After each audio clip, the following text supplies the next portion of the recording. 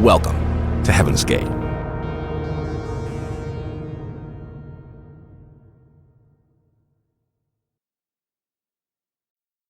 Heaven's Gate is presented by Sunbasket. Between planning for the holidays and balancing the rest of your life, it sometimes feels like cheese and crackers is a totally acceptable dinner. That's why Sunbasket is here to help. Sunbasket makes it easy to stick to your healthy habits and cook delicious meals at home. You pick from 12 weekly recipes, and they deliver organic and non-GMO ingredients right to your door. Everything is pre-measured and easy to prep, so you can get dinner on the table in about 30 minutes. Choose from gluten-free, lean and clean, paleo and vegetarian options. And this holiday season, skip the grocery store and the parking lot madness. Discover how easy it is to cook healthy, clean meals with Sunbasket. Go to sunbasket.com/gate today to learn more and get $35 off your first order. That's sunbasket.com/gate for $35 off. sunbasket.com/gate. Heaven's Gate is taking a week off for Thanksgiving, but if you can't wait to hear episode 6, don't forget you can grab it a week early on Stitcher Premium. Go to stitcher.com/premium and use the promo code GATE. Previously on Heaven's Gate. Every time you do an action that is a human action, it's wasted. She wrote me once a month. The thing of it is, you never think of yourself. Never. Enclosed, please find $50 for your birthday plus $50 for Joey, Robin, and Rosalind. Please be mom about it. All my love, M. That was the last letter I received from her.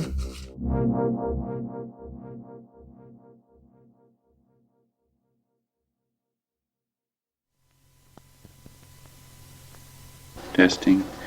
This is Dodo. Doe is Marshall Herff Applewhite, as you know by now. Terry, this is Doe. I want to talk to you a little bit. I just made a telephone call to the part of the class that... Doe spent years of his life explaining God's plan to his followers and to the camera. I'm a bit embarrassed and a bit awkward about how to explain the fact that I didn't contact you when T... But this tape is the first time you're hearing Doe when he doesn't want you to hear him. Doe recorded the tape for just one woman, and you can tell it was a struggle. However, I guess in honesty, I was so awkward that I might have been chicken and not just taking it into my hands and talking to you. When T, Bonnie Lou Nettles, died, Doe was left to run the group by himself, and he had a lot to figure out, starting with how to explain to Bonnie Lou's oldest daughter that he kept her mother's death a secret for almost a year. I'm still torn, even at this moment, because Virtually no one has heard this recording before, except Terry Nettles, and now you.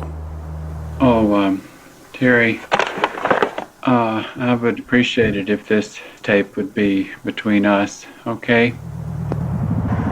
But if you listen, you'll find the side of Marshall Applewhite he kept hidden. The Doe who was less prophet and more lonely, sad, scared human being. And the Doe who is about to make the decisions that will lead his followers into tragedy. This is Heaven's Gate, Episode 5, The Tape.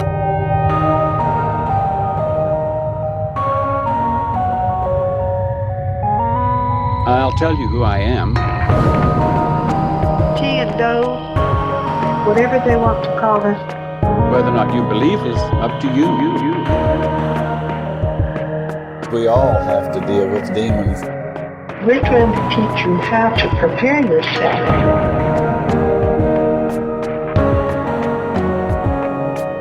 You are members of the next level. The next level.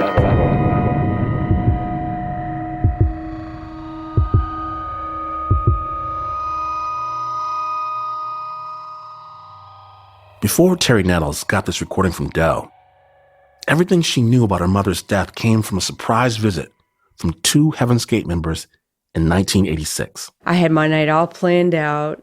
I didn't have any homework. I didn't have any studying for tests. I was ready to sit down and watch a little TV and just relax. And I laid down to watch TV, and I heard a knock at my door. 2 people she didn't know, a man who called himself Dance Odie and a woman who called herself Liv Odie, had found her at a college dorm. They called from downstairs. They said they had important information for her. But when they came up, Terry couldn't figure out what they wanted. And they just kept going on, and I thought, what are they here for? You know, why do I need to listen to this stuff? They made chit-chat about her Yoda poster. They looked up and they said, your mom really liked Yoda and thought Yoda was really wise and all this crazy stuff. And they just kept going on, and I thought, what are they here for? And then out of the blue, they said that my mom started having problems with her eye, and she went to the doctor, and I was just baffled. I couldn't understand why they were there, what was going on. But I said, are you saying that my mom is dead? And they said yes, which was the last answer I ever expected to hear. And I just felt like somebody ripped my skeleton out of my body. Terry was so shocked and hurt and angry. The rest of the afternoon was a blur. And I remember going to bed that night, and when I woke up the next morning, I mean, I finally passed out. I mean, because I was just exhaustion. And when I woke up the next morning, my pillow was soaked, my hair was wet, my face was wet. I'd cried all night long. The news stung even more because Terry had spent the previous year trying desperately to reach her mother. Terry's grandmother, Bonnie Lou's mom, had died, and Terry worked for months to get a hold of her mom, just to tell her about it. I wanted to contact my mom to let her know so that she wouldn't find out about her mom dying through the newspapers or somebody else. And after a lot of effort, Terry had actually tracked down a phone number Heaven's Gate was using and almost reached her mother. I called and they asked me why I was calling, and I said that it's not a secret or anything, but it's personal. They said, well, we have to know before we can get your mom. And I just couldn't believe it. I was sitting there and I'm like, she's in the other room and these people will not let me talk to her. You know, and I said, look, let me, go ask her if she's willing to talk to me. And if she is, great. And if she's not, I'll accept that response. But the problem was my mom had already died. And I didn't know that, but they did. And so that was their secret. And now, here are Liv Odie and Dance Odie, supposedly there to explain why they kept that secret. They told me that they were going to stay in town for a few days to help me get over this hump. And I thought, boy, this is going to be a long time, So when Terry woke up the next morning, she made herself ready to face these people and their explanations. But she need not have bothered. They'd left. And that made me angry. I mean, you've ripped out every fiber of my being, and I'm supposed to think of questions to ask then. I couldn't, and I figured we could do it the next day, but they left. But they did leave her a letter. And this is what they said. Terry, since we didn't have a phone number to reach you at, we're just dropping you a line to let you know that we had to leave because of some other tasks that we need to get to. It was chock full of random advice, how to adjust her diet to deal with her arthritis, what supplements to take. Please try to take care of yourself and try to eat right. We know that the symptoms you have are totally a result of your eating habits. You're a strong person and very proud. But nothing helpful about her mom.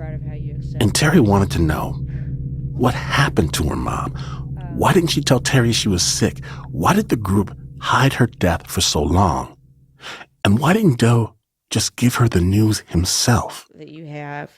We're enclosing something to help you out, but we know that the knowledge we left with you is much more significant.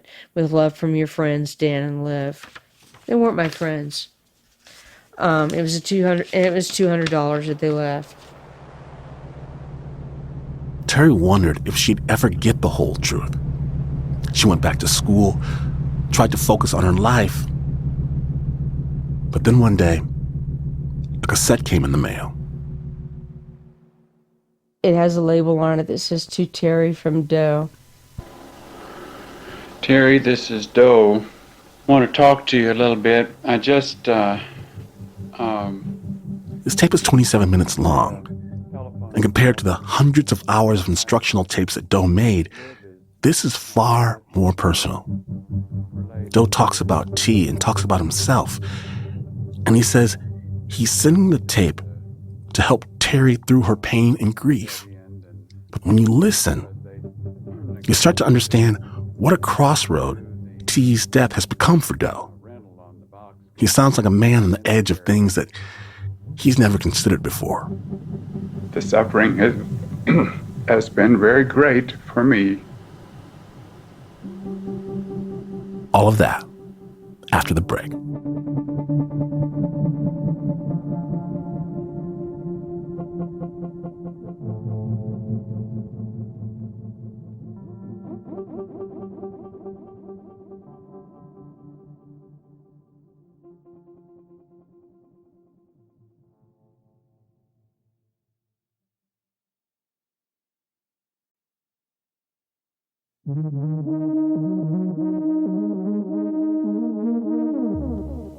We're back. Testing. This is Do. Our senior producer, Ann Hepperman, went back to Terry Nettles' home outside Dallas, where she'd welcomed us before. Hi. Say hi, Ashley. I told you I had a surprise for you. Terry's got 2 cats, Aslan and Gracie, but only Aslan stuck around for the interview. The reason Ann went back was simple. Do you mind, can we listen to the tape? This tape from Doe? Okay. The last time Terry heard it was 30 years ago. I don't even remember what's on the tape. I haven't listened to it since I first got it. Terry, this is Doe. I want to talk to you a little bit, see if I can help you a little bit and explain a few things. I tried to call you this morning right after talking to Liv, and of course I kept getting that tape. This is Terry's answering service. And I thought about it for a while of what I would want to say, and before the thought slipped out of my mind, I thought, well, I'm just going to use this chance to put these thoughts on tape and send them to you. It's just Doe on a tape, using a tape recorder he's got on his lap or on a table in front of him. And we're going to play through parts of it with Terry's thoughts and our own. We'll start with his explanation of Bonnie Lou's final days, of which Terry knew almost nothing. Just so that you know, T thought that she had a kink in her back, and she went to a chiropractor. She went to a chiropractor for some adjustments, and it didn't do any good. And Doe talks about how they wound up getting x-rays and then exploratory surgery. The doctors discovered a malignant tumor on her liver, so big it was pushing her diaphragm out of place. Doe explains to Terry that the cancer was so far gone, there really wasn't anything to do. And she was going so fast that the doctors just said, well, goodness, let's let her spend the last little time in her home. And so she went, and that's when some of the classmates helped, plus another nurse helped us care for her. And but she wasn't sedated significantly, and she just slept, and just in a matter of days she was gone. So I want you to know that there wasn't any suffering, and there wasn't time to consider other measures of Doe doesn't mention how T had lost an eye to cancer several years before, how everyone in the group could see that tumor on her face and the scars it left. Terry had never heard anything about it. But in the tape, Doe does try to explain why he and T kept her illness secret. And it was certainly no reflection upon her love for you or her family. It was just consistent with that this task and her mission for the kingdom of heaven was everything to her, and that she felt that this was the only consistent way to even end her part of the task. I think if you'll think about that, you can understand it, and certainly don't grieve in thinking that she didn't want you to know because of lack of love for you or anything, because that certainly wasn't true. It was just that she felt like it was exemplary of her total commitment and devotion to her Heavenly Father and her task. See, that's fine. If that's what he believes, that's fine. And I don't believe that's true, because the Bible doesn't teach that. The Bible teaches that we're to love each other and to be there for each other. I don't buy this. I don't buy the reason why my mom didn't want me to know, because my mom kept in touch with me, even though there were big breaks. I think it was as hard for her leaving me as it would have been for me knowing that she was leaving me. I really believe that was it. I don't think it had anything to do with what he said. And if he believed that, that's great. I don't buy that. You want to continue playing the tape? I'm a bit embarrassed and a bit awkward about how to explain the fact that I didn't contact you when T left her vehicle or died, or however you want to look at it. I was so torn between trying to comply with her wishes, and yet my concern about how I knew that her leaving would affect you, that I guess in honesty I was so awkward that I might have been chicken and not just taken it into my hands and talking to you. But we did them as she instructed. She made me promise, and others that were close to her right then, she made us promise not to get in touch with them, and she also asked us to take care of the arrangements just the way that we did, and we felt like the least we could do was honor her wishes. I feel like there must have been something that when she did leave, or when she died, or when she lost her vehicle, that your subconscious must have known it. One, no, my subconscious didn't know it. Two, they said they were torn, but I was like, I don't care what you thought. I really don't. My mom died, and I should have been there when she was sick to hold her hand, to tell her I loved her, to whatever I needed to say. You know, whether it was to talk to her about the Lord or whatever, that was my right. And they stole that from me.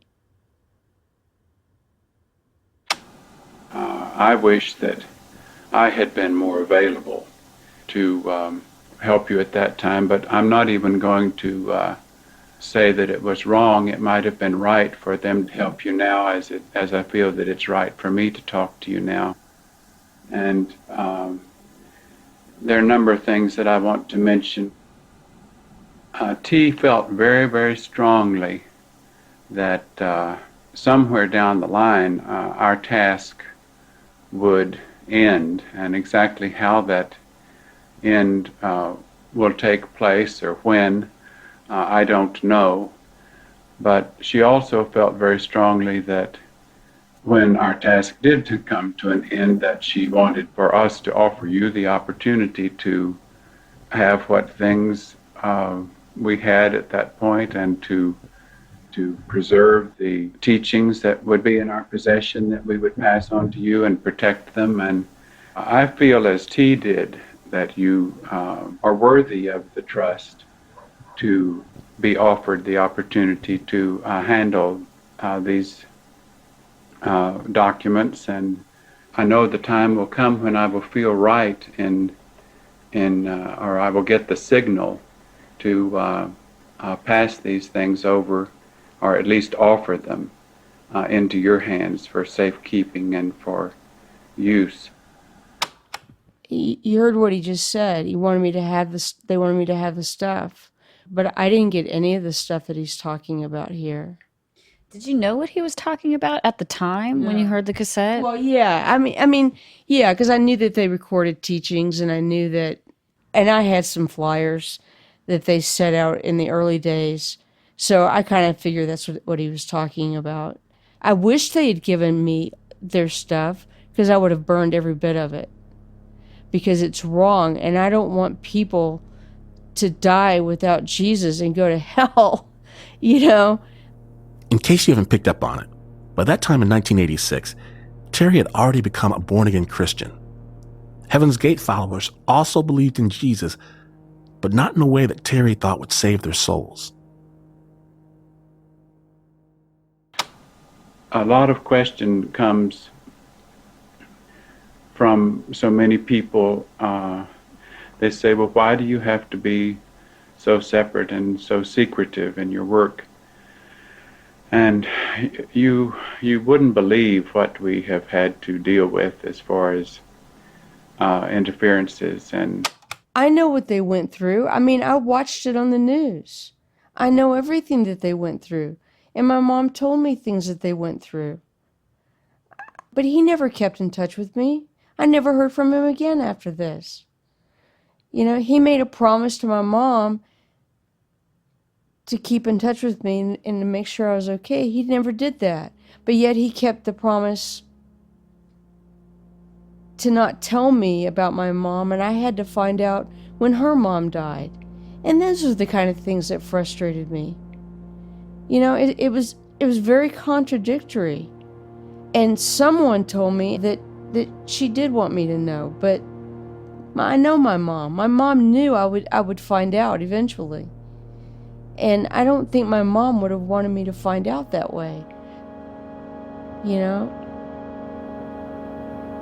There's a lot that Doe doesn't tell Terry about the end of T's life. Like how when T died, confusion swept through the group. What is the mood of the group in general? Shock. We couldn't believe it. This is Frank Lyford again. He and his girlfriend Erica had joined in 1975, so they had been around T for more than a decade. Why were you shocked? It had always been presented to us that T and O would be with us until we graduated and would take us through the graduation process. How was Doe going to get along? Frank and the other followers weren't really given an explanation for why T would leave her body now, or why she would leave Doe to leave them alone. The members had no choice but to accept it as a test of their faith. T's body was cremated. Doe, or Herf Applewhite as Terry knew him, Herf presided over a small ceremony to spread her ashes over the water of White Rock Lake, a quiet reservoir north of Dallas that empties into the Trinity River. The site is about 15 minutes from where Terry lives now. In my prayers, I'm going to pray for your release from this suffering. The suffering has been very great for me, and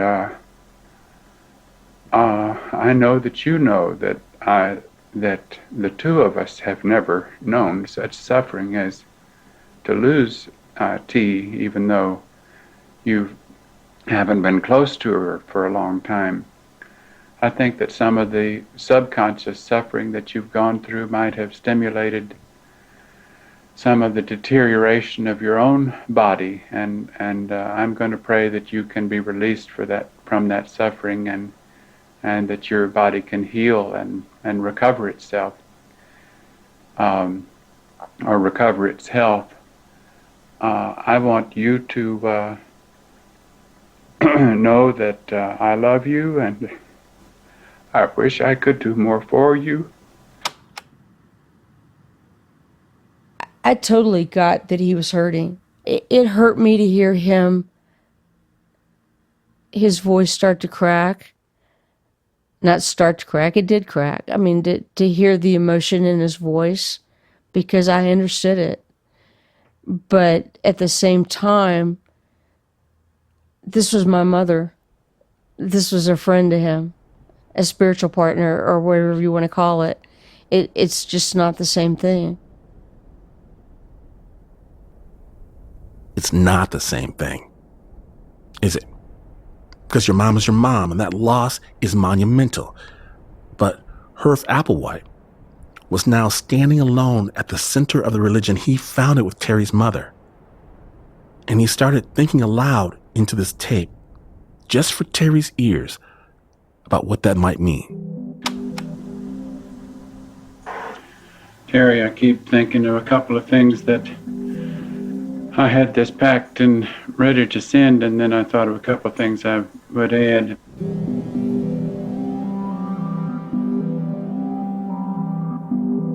Listeners, you know how the Heaven's Gate story ends. You know how dark it gets.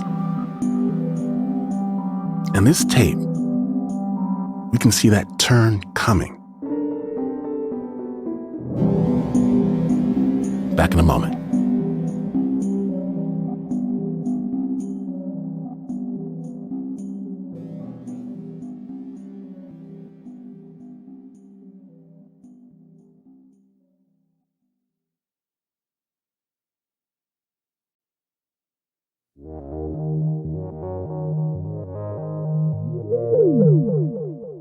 We're back.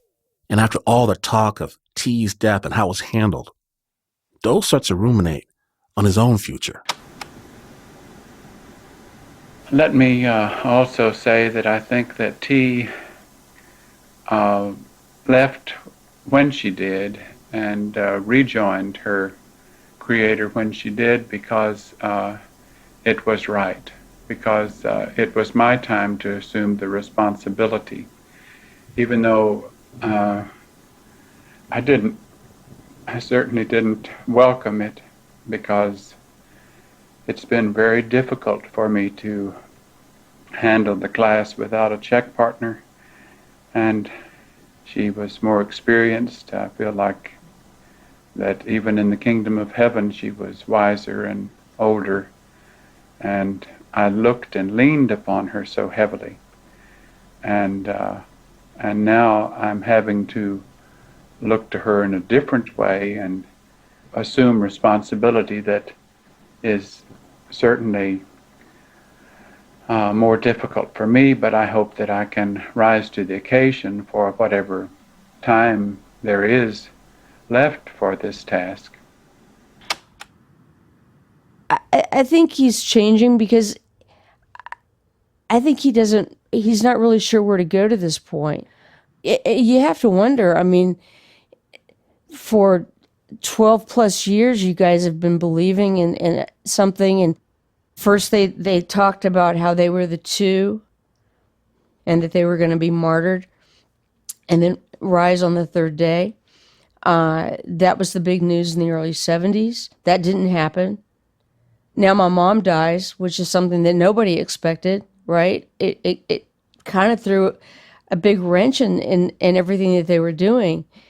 And he had to, it had to, I think part of his grief, a small part of it, but part of it had to do with, now what do I do? You know, I mean, yeah, he had a strong grief from my mom. I mean, spent the last 12, 13 years with each other. But he's still got a bunch of people that are relying on him. That's what cults are. Cults are made up of a leader and people that follow. And I really do believe that Herf just, at this point, had to come up with something else. Terry's right. Now, Sawyer saw it in person. Sawyer is a member you've heard from several times and perhaps the most devoted Heaven's Gate follower still alive. Doe was in a type of crisis, if you want to call it a crisis. He was definitely upset.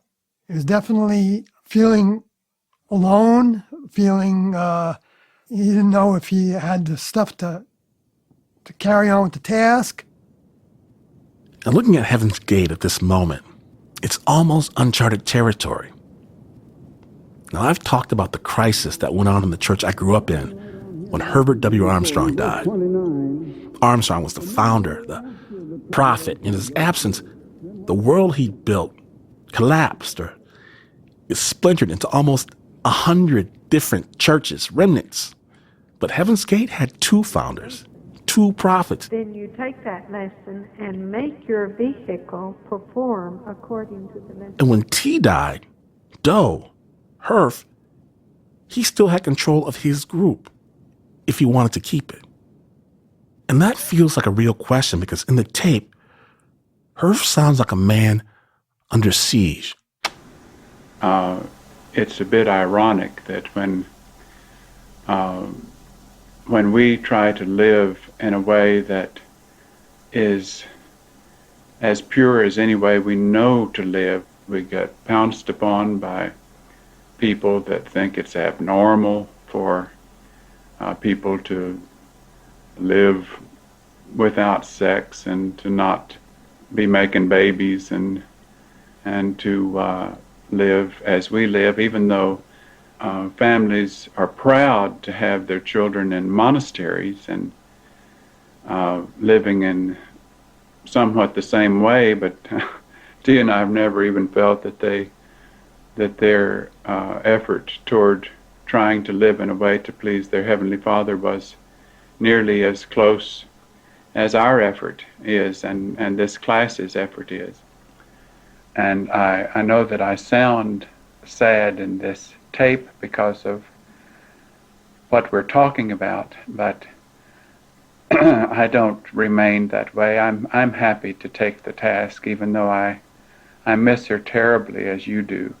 And I feel that it is right for me to assume this responsibility now. And I'm sorry that things had to unravel in a way that made it so awkward for you. But I know that you can turn that into a positive, just as I am turning my situation into a positive. And I intend to grow through it.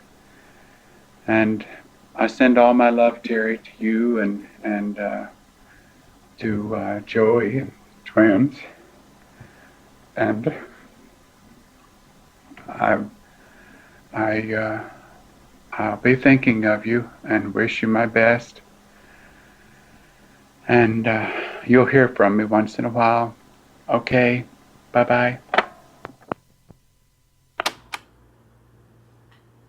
I didn't want him to hurt, but I didn't want to hurt either.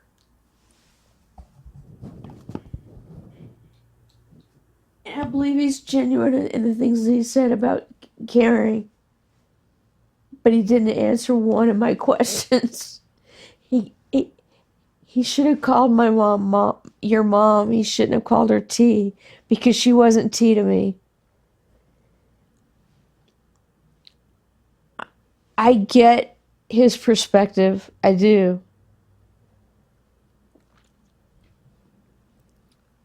But there wasn't anything that he said that was true for me. Nothing. I'm not going to go so far as just... I mean, I liked Herf a lot. I really did.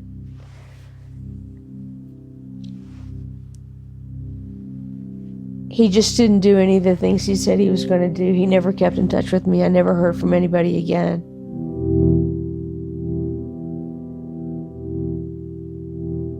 Like she said, Sherry hasn't listened to this tape in 30 years, and she hears it now with a whole different perspective. There are things that Doe says that strike her, that jump out at her, that she would never have noticed back then. If you listen to this, this tape, you can almost hear a new beginning starting. This phase is past, and a new phase is beginning.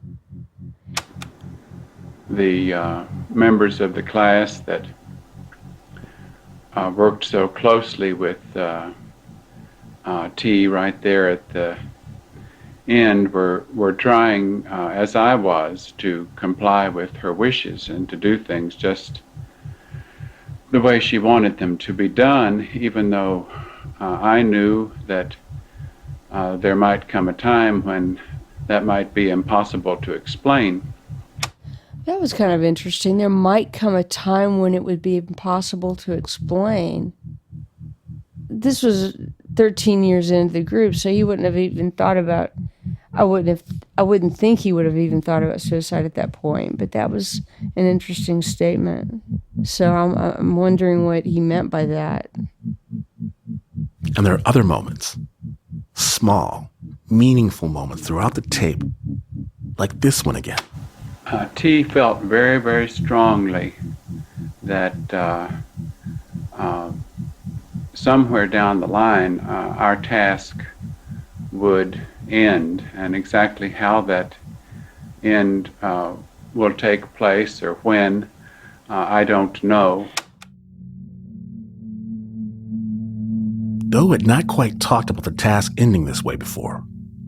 The vision had always been to prepare the followers to be lifted up to heaven by a UFO when the time came and when they were worthy. At one point, he and T thought they'd be murdered in the streets and then resurrected. None of that happened. And now T had died and had not risen from the dead. If anything, she was now in the next level waiting for them. Doe was trying to figure out how his task on Earth would end. And alongside the tape, a bigger clue, a chilling one, was found around the same time by Heaven's Gate member Sawyer. One time when I was moving Doe's quarters,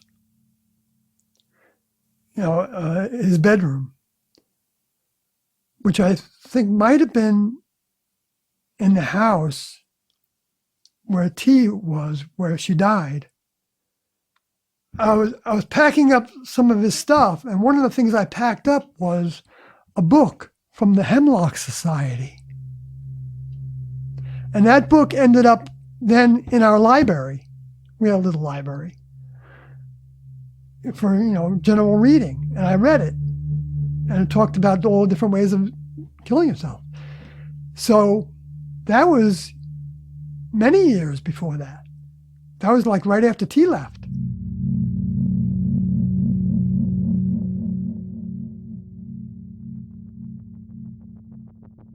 Next time on Heaven's Gate. He was as happy to see me as I was him. It just like 1,000 butterflies took flight, in celebration. It was just a wonderful moment. Was that the last time you saw your son? Yes.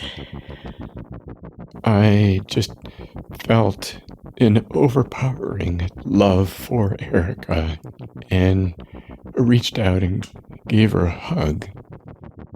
That was the first time we had touched in years. He said that should the FBI enter the compound, they would see an explosion unlike anything ever seen before.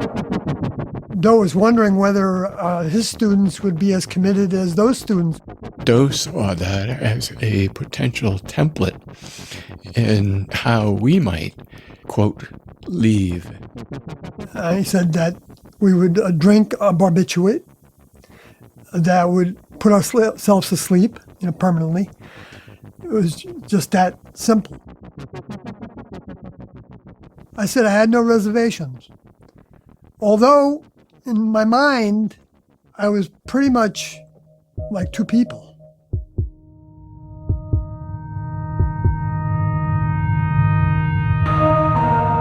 Heaven's Gate is produced by Stitcher in collaboration with Pineapple Street Media. team includes Ann Hepperman, Barry Finkel, Diane Hodson, Josh Gwynn, Osha Secker, Jess Hackle, Dan Taberski, Peter Clowney, Casey Holford, Jenna Weiss-Berman, Max Linsky, and Chris Manning. Special thanks to Ben Zeller. I'm your host, Glynn Washington. And listen, this show does deal with some difficult topics, like suicide. It can sometimes be hard for people to talk about suicide or get help if they're in danger, but we want you to know that help is available. There are resources available. People want to help you. One excellent resource is the National Suicide Prevention Lifeline. It's free, confidential, and available 24 hours a day, 7 days a week. The number is 1-800-273-8255. That number again, 1-800-273-8255. Or just remember, 1-800-273-TALK.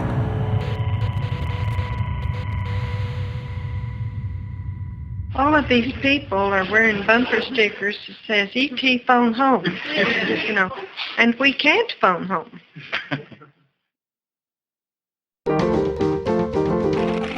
Stitcher.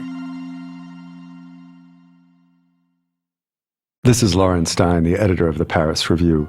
For more than 60 years, the Review has been publishing the best new voices in fiction and poetry, plus interviews with the great writers of our time. Now we've culled our archive to bring you the Paris Review podcast, featuring archival tape. I really love language. Fiction. Are you hearing unusual sounds? Poetry. Once a woman went into the woods. True stories. We were like, that's the coolest girl we've ever seen. With the voices of Mark Maron. I still had what my mother used to refer to as a sunny disposition. LeVar Burton. The more one learns, the less one knows. Stockard Channing. I'm not being a smart cracker. The Paris Review podcast begins November 8th. Subscribe now in Stitcher, Apple Podcasts, or wherever you get your audio. For access to ad-free and bonus episodes, visit theparisreview.org/podcast. If you're listening on Stitcher, just tap the menu button on the top left corner of your app and select Premium.